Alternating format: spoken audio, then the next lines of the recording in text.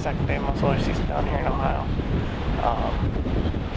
Definitely different temperatures today than we had yesterday. Yesterday is 50 degrees. Today it's low 20s with 20 mile an hour winds gusting up to 50 or up to 40. So I don't know how you guys are gonna be able to hear me, but it's cold. Last night we sat in a stand over here off to the south and had 4 smaller bucks coming through, and then off to our north I seen another probably another 4 bucks. Probably 3 or 4 bucks I seen come across the field over here. Matt was actually across the creek and I was watching him, and he said one of them was a broken buck. He got a little bit of footage of it, but it's so late so far you couldn't really tell how good it was. So tonight it seemed like all the deer worked over here to this other stand, so tonight we're set up here.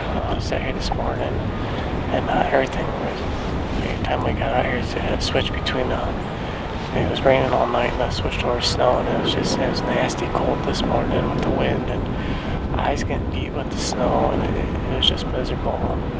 I came out here at night hoping that with these colder temperatures that these deer get up and on their feet.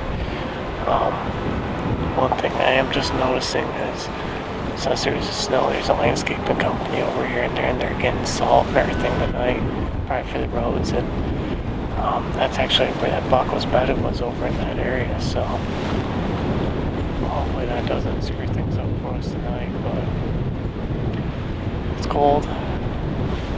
Matt went to borrow his IWAM. We're gonna test her out tonight, and so far I think I'm gonna end up having to buy one. So like I said, it's cold, and then we got 20 plus mile an hour winds gusting up to 40s, and it's just gonna be a cold, miserable sit. But we got about 2 hours till dark, and we're gonna sit tight, and hopefully maybe one of the bucks from last night will come back out a little bit earlier tonight, and we'll be in good shape. So let's just stick with this, and we'll see how the rest of the evening goes.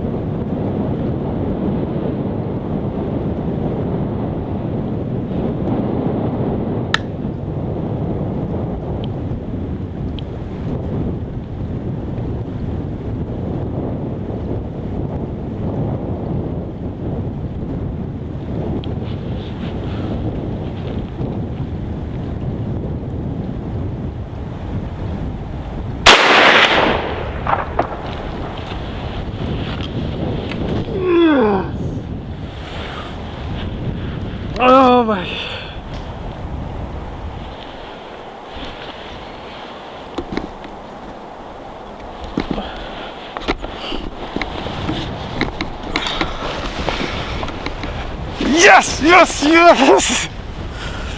It is brutal cold.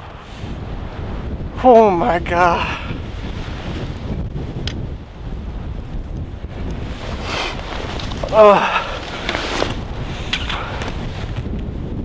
It is cold. It is cold, cold, cold, cold, cold. That buck, I got out here and realized I forgot my rangefinder.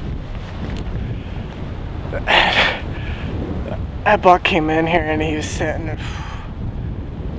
He's got to be close to 100, probably 150, maybe a little bit more. And no, he's probably about 125, 150 max. I mean, he came in.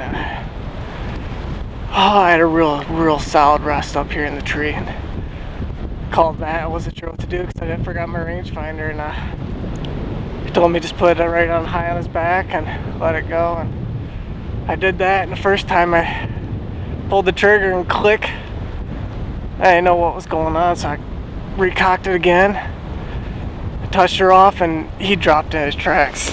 Yes. Oh, that's a solid 8-pointer. Alright, I'm gonna start packing things up. We get down here and let's get Matt over here because we're gonna need the 4-wheeler here. Yes! Yes! Yes! Try to push my Ohio tag. And he's done. Whew. We're here in Southwest Ohio today, and this is the second day of the Ohio's late muzzleloader season. And Nick was fortunate enough this evening to get stuck in the right spot and at the right time, and bam. Yeah. So we came out here last night and seen a few smaller bucks over and come by me by the other stand, and then way over here on this north side, seen a couple good ones. Matt was actually able to get a little bit of footage of one that is a different buck than this one, a little bit probably bigger. It looked heavier and whatnot, but this one came in and I was more than happy, to take a shot. It was kind of a scramble. Watched him come in all the way from the west side just about, and I ended up using Matt's IWAM tonight, and of course all my rangefinder, my reloads, everything was in my other camo, and so I didn't know exactly how far he was, so I called up Matt. I'm sitting here wondering what exactly I should do, and he told me just to hold it right at the top of the back just in case, and so I got was able to get real steady and just let it go, and he dropped right in his tracks. Hit him high, but did the job. So. Oh yeah, no tracking required, eh? Nope. More than happy with them. First Ohio buck, and we took it all the way to the last day last year, and then third time down here this year. And for how cold and brutal it was today, I was more than happy to put my tag around this guy today. This whole season for everybody in Ohio, and actually lots of other Midwest states, has pretty much just been a little bit off. A lot of warm weather, and actually we made the decision yesterday to come to this farm just because of the fact that normally this farm doesn't have any deer activity late season. And after hearing bunches of stories of people's other deer being whacked in places where they should have never been, yep, I said, let's go over here to a place where I never see deer in late season, and it was loaded, wasn't it? Yeah. Oh yeah. I made that mistake with turkey foot earlier in the year, but we took that learning lesson down here, and it worked out for us pretty good. Yesterday I think we seen 4, 5, 6 bucks and 4 does, and tonight it was 2 bucks and 4 does. 3 bucks. 3 bucks. 3 bucks. Yep. Oh. Two smaller ones came from the same way he did. They came all the way across the field, and he was the last one trailing behind. And there might have been another one behind them for all I know, but they were coming in. One would come over, and then about 5 minutes later, another one would pop up over the hill, come running in. But good job, man. I figured that's it. Oh yeah. But I go away then. Filled every non-resident tag this year, so. Amen. I go away then the 2015-2016 hunting season. Way to get her done. Good job, man. Thanks, Matt. Thanks for everything. Thank you.